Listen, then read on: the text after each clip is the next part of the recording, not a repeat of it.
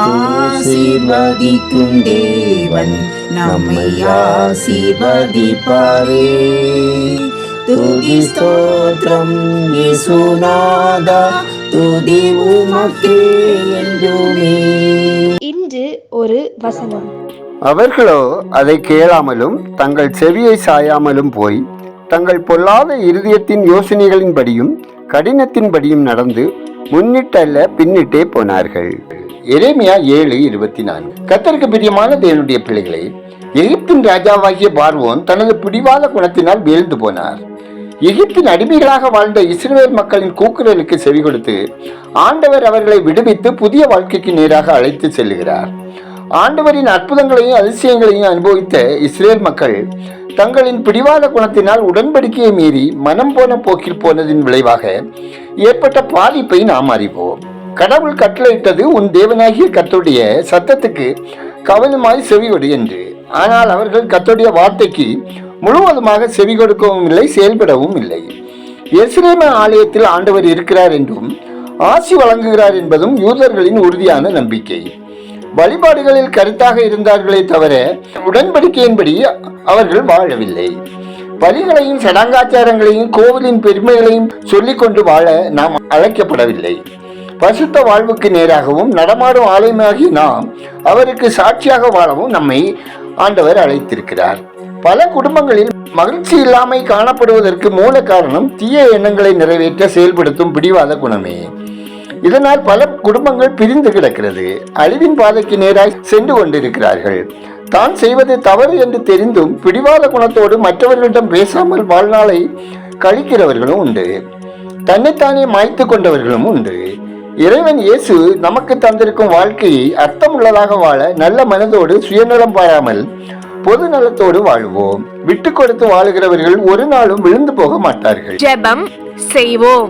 அன்பின் பரலோக பிதாவே, ஆசீர்வாதமான இந்த நாளில் எங்களுடைய இயலாமையை எண்ணி மனம் அருந்துகிறோம். தீய எண்ணங்களின் வடிவமாகிய பிடிவாத குணத்தை எங்களை விட்டு அகற்றி நல்ல எண்ணத்தோடு நாங்கள் உமது வார்த்தைக்கு செவி கொடுத்து வாழவும் கீழ்ப்படிந்து செயல்படவும் தயவு செய்தல்ல ஜெபிக்கிறோம். ஆண்டவரே, உங்க அன்பு பிள்ளைகளின் காரியத்தை தேவரீர் வாக்கி செய்து சத்துருக்களுக்கு முன்பாக அவர்களுக்கு இரக்கம் கிடைக்க பண்ணி அவர்களை ஆசீர்வதித்திட வேண்டும் என ஜெபிக்கிறோம்.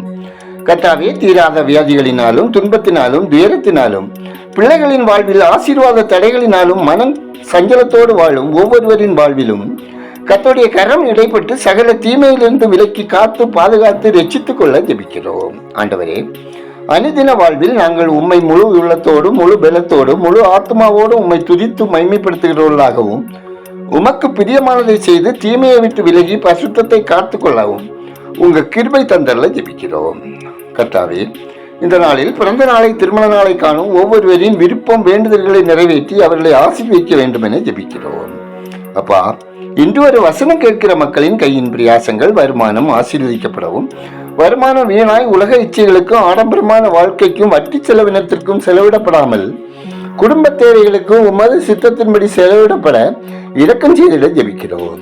தேவனே, ஒவ்வொரு குடும்பமும் தேவ அன்பினால் கட்டி எழுப்பப்படவும் தேவ சமாதானம் பெருகவும் நன்மை செய்து தேவனை மைமைப்படுத்துகிறவர்களாக வாழவும் ஒவ்வொருவரின் வேலை, தொழில், வியாபாரம், விவசாயம் ஆசீர்வதிக்கப்படவும் ஜெபிக்கிறோம். கர்த்தாவே, நெடுநாளாய் பற்பல வியாதிகளினால் பீடிக்கப்பட்டு வீடுகளிலும் மருத்துவமனைகளிலும் தொடர் சிகிச்சையில் இருப்போர் வாழ்வில் அற்புதம் செய்திடவும் விசுவாசத்தோடு உம்மை நோக்கி பார்த்து உமது தழும்புகளால் ஒவ்வொருவரும் குணப்படவும் ஜெபிக்கிறோம். கர்த்தாவே, பயணம் செய்கிறவர்கள் தேவ பாதுகாப்பு பயணம் செய்யவும் வாகன விபத்துக்கள் ஏற்படாதவாறு காக்கப்படவும் கடன் தொல்லையினால் கஷ்டப்படுகிறவர்கள் கடன் இல்லாத வாழ்க்கை வாழவும் தேவன் வழிநடத்தில ஜெபிக்கிறோம். கர்த்தாவே, பேறுகாலத்தை எதிர்பார்க்கும் பெண்களின் பயங்கள் பலவீனங்கள் நீக்கி சுகப்பிரசவம் தந்தருளுவீராக.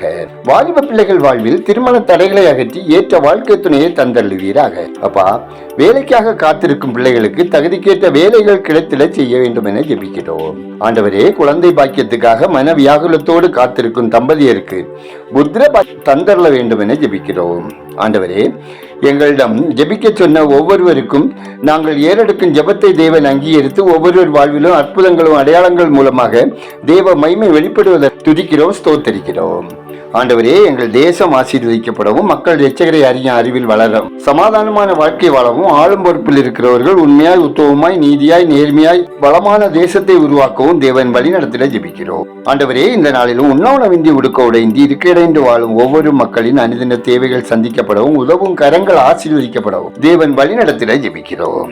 எங்கள் ஜெபத்தை கேட்பவரே, அதற்கேற்ற பதில் தருகிறவரே, உமக்கு நன்றி சொல்லுகிறோம். துதிகரமையுமே உமக்கே செலுத்துகிறோம். இயேசுவின் நாமத்தில் ஜெபிக்கிறோம் எங்கள் ஜெபங்களும் நல்ல பிதாவே, ஆமேன்.